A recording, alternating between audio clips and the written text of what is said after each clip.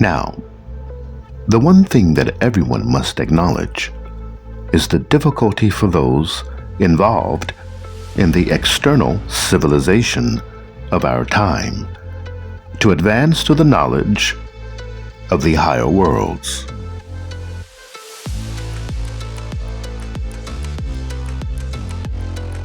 They can only do so if they work energetically at themselves. At a time when the conditions of material life were simpler, the attainment of spiritual knowledge was also easier. Objects of veneration and worship stood out in clearer relief from the ordinary things of the world. In an epoch of criticism, ideals are lowered. Other feelings take the place of veneration, respect, adoration, and wonder.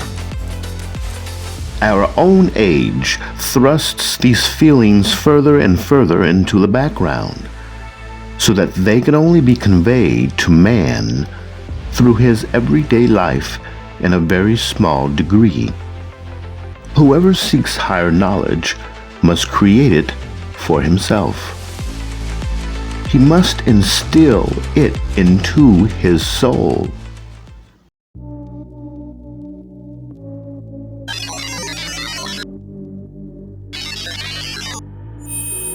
It cannot be done by study. It can only be done through life. Whoever, therefore, wishes to become a student of higher knowledge must assiduously cultivate this inner life of devotion. Everywhere in his environment and his experiences, he must seek motives of admiration and homage. If I meet a man and blame him for his shortcomings, I rob myself of power to attain higher knowledge.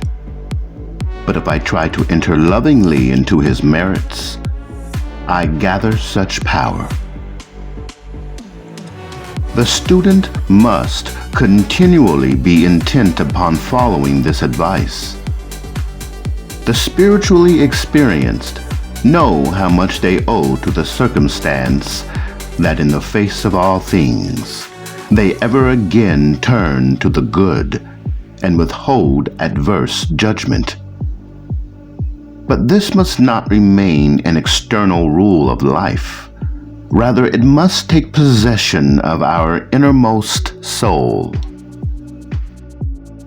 Man has it in his power to perfect himself, and in time, completely to transform himself.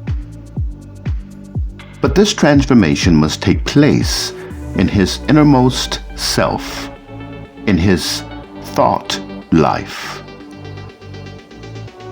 It is not enough that I show respect only in my outward bearing. I must have this respect in my thoughts. The student must begin by absorbing this devotion into his thought life. He must be wary of thoughts of disrespect, of adverse criticism existing in his consciousness, and he must endeavor straightway to cultivate thoughts of devotion.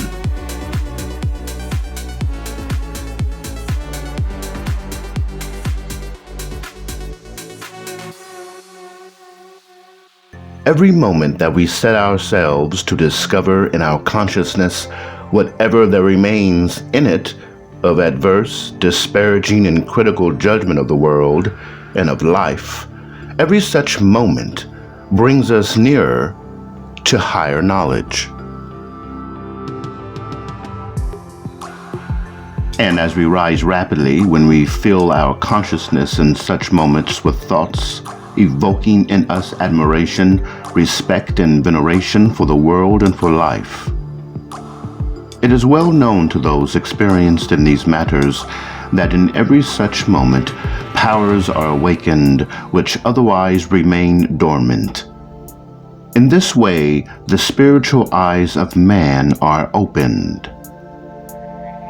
He begins to see things around him which he could not have seen before. he begins to understand that hitherto he had only seen a part of the world around him. A human being standing before him now presents a new and different aspect. Of course, this rule of life alone will not yet enable him to see, for instance, what is described as the human aura, because for this still higher training is necessary.